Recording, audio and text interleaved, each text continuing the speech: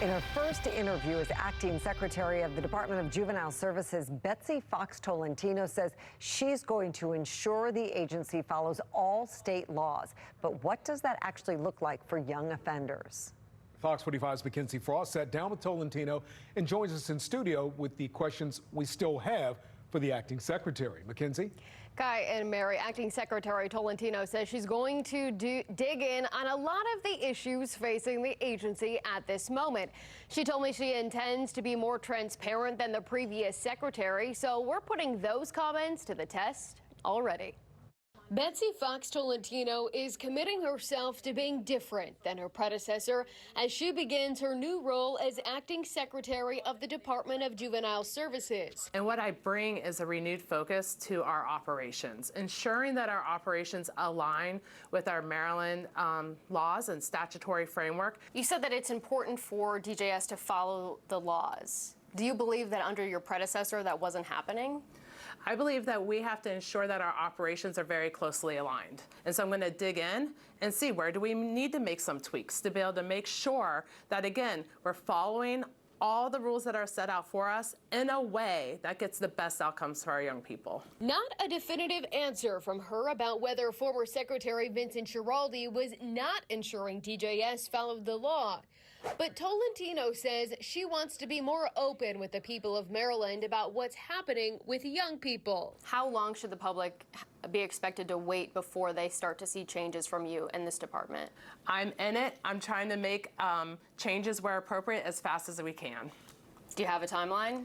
I can't give you an actual timeline. We are in right now looking at data. We're looking at data daily. And I'm glad you brought up data because in the past we've struggled to get information from the department, but will you commit to being more transparent with the people of Maryland about what's going on? Yes, absolutely. Because she said that, we followed up with Acting Secretary Tolentino's office looking for some of that data.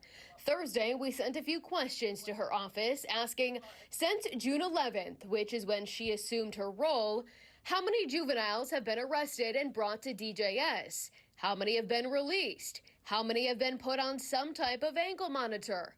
We also asked DJS to specify the type of ankle monitor since we know the agency uses GPS and electronic monitoring community detention. For years, Fox 45 News has reported on young people routinely getting picked up by police again and again for the same offenses.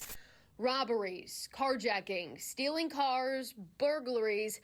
Law enforcement leaders, what's being reported or what isn't being reported, like Harford County Sheriff Jeff Gaylor, say they're tired of seeing the same juveniles. So I know our commanders would like to see some sort of a matrix or some sort of accountability matrix or something that we could look at to know that if we pick up an individual, on a repeat offense, second time they've been arrested for stealing cars or the third time they've been arrested for stealing cars, that Juvenile Services is not just going to arbitrarily say, let them go. Was that escalation policy or that plan, was that not outlined for you before? There's nothing like that exists. a lot of the sheriffs say if they had some sort of policy that they knew what was going to happen to these kids so that they know, they're tired of picking up kids 10, 12, 14, 15, 16 times for the same thing. How does that keep happening? Our statutory framework does require us to notify law enforcement of nearly all our decisions that we make. So we need to make sure that's happening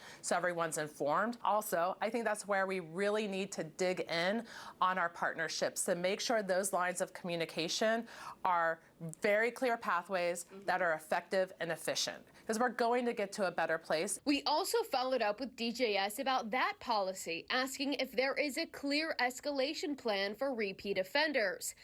But the agency did not get back to us about that question or any of the others. Following the framework outlined in the law appears to be what the acting secretary is comfortable saying when asked about accountability for young people, even if that means not directly answering with a yes or a no. Our statutory framework tells us when to use detention, when there's a risk to public safety or a risk to the young person. And we'll use that intervention when it's absolutely necessary. Do you believe that there is a place for detention when public safety is at risk, even if it's not a repeat offense? And our law tells us that's when we're supposed to use it. So I believe in ensuring that we are following our statutory framework in a way that gets our young people what they need. So even with a new leader, we will not stop pressing DJS for answers. That includes asking for data and information about what's going on with young people and how the agency is holding those young offenders accountable. Live in the studio, Mackenzie Frost, Fox 45 News. I'm Mary Bubala. Thank you for watching. Here's another video for you to watch. Also take some time to subscribe to our YouTube channel.